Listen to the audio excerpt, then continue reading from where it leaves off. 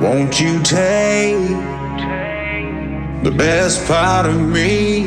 I'll rise up prosperously. All right, I'm here with Jonathan Trimble. So excited to see you. You're here at the Welcome to the Cause event. We're talking all things wealth building and real estate investing. And here's what I love. I've got a 27-year-old in front of me who's a real estate investor.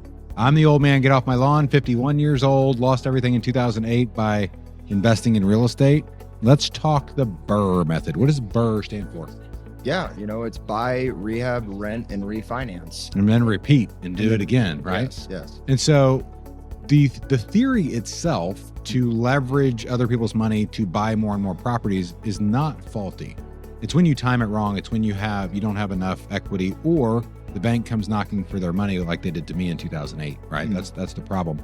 But for the last, at 27, you were, do the math real quick, 16 years ago, you were 11 when the market did what it did, right?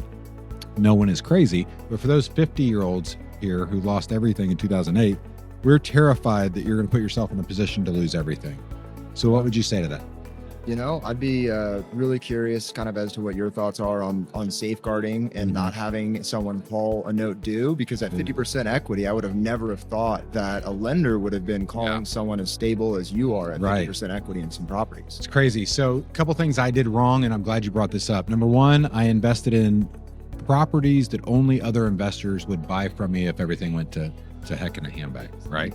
So that was multifamily properties, et cetera. So if I was going to tell you to protect yourself in the Burr Method specifically, only do end user, single family, 3-bed, 2-bath homes, whatever the median property is, that will still have a total addressable market to an end user if everything should drop.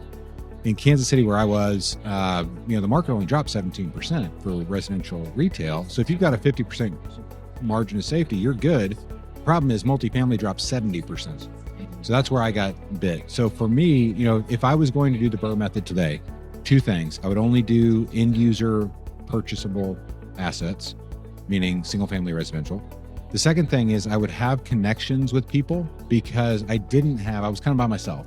I didn't have people that had lots of deep pockets that could have saved me, because in that moment, if I'd have called a friend that I have today who could have put up a couple $1 million at the time, not only would it have saved me, but I would have kept the properties through the next rise up. So here's the thing, take down my cell phone later when I give it. And if you're burning your way up and you get into trouble, call me. You may have to give up some equity to get bailed out, but it's better than giving up everything like I did. Oh, of course.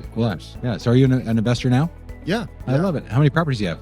We have 6 stores right now, and then I hold 3 notes. Oh, rock on. Oh, you're holding notes. Ooh, we got to talk about this. So tell me about holding notes. Yeah, so all of my properties have been wraparound mortgages. So I acquired them on subject to from people that were, kind of in a tough spot, didn't have enough equity to sell. And then I turn around and finance those houses out to families that can't get financing. Yeah. So I have arbitrage on my down payment, my interest rate, and my equity. So man, I love it.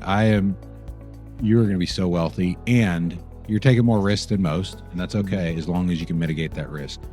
And I'll ride on, and I will be free. Won't you take the best of me?